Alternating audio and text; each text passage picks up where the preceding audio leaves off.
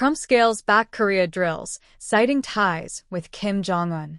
President Donald Trump has ordered the Pentagon to scale back this year's Ulchi Freedom Shield exercise with South Korea, a move experts say could be an attempt to draw North Korean leader Kim Jong-un back to the negotiating table, the Korea Times reported.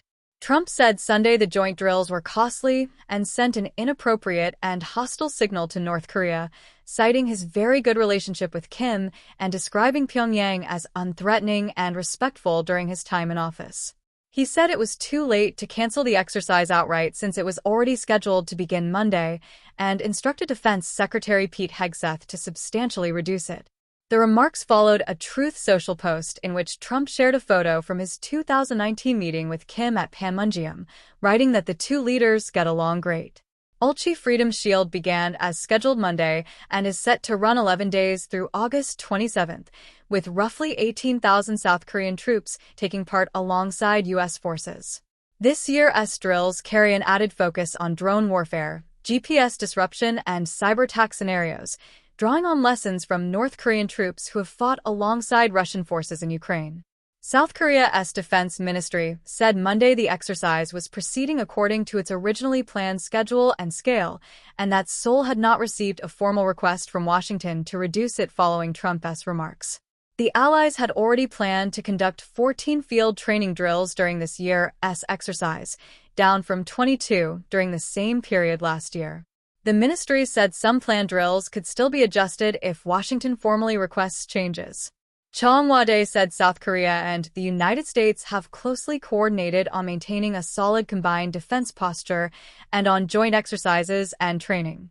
A presidential office official added that Seoul will make the necessary diplomatic efforts as a pacemaker in close coordination with the United States.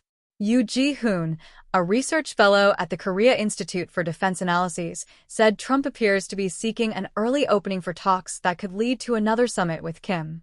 I think Trump has a strong personal desire to quickly create an opportunity for talks with North Korea and possibly another summit, and present that as a foreign policy achievement, you said.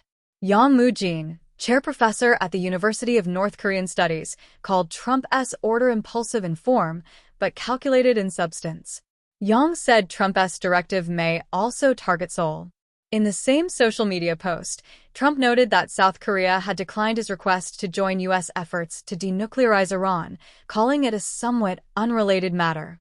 This marks the first time since the start of Trump's second term that he has ordered joint exercises scaled back.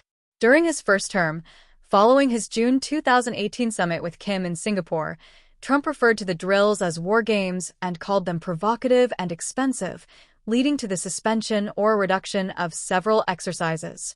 Unlike in 2018, this order comes before any formal talks with Pyongyang have resumed.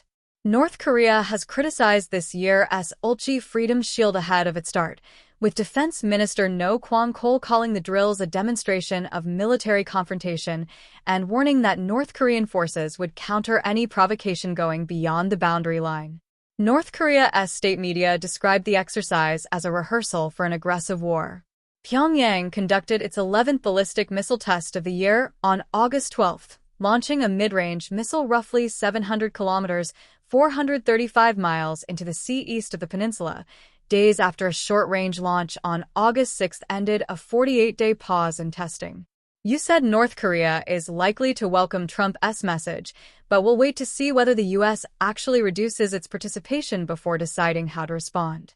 Yang said Pyongyang could eventually demand a full halt to joint exercises and push for arms reduction talks tied to recognition as a nuclear weapon state.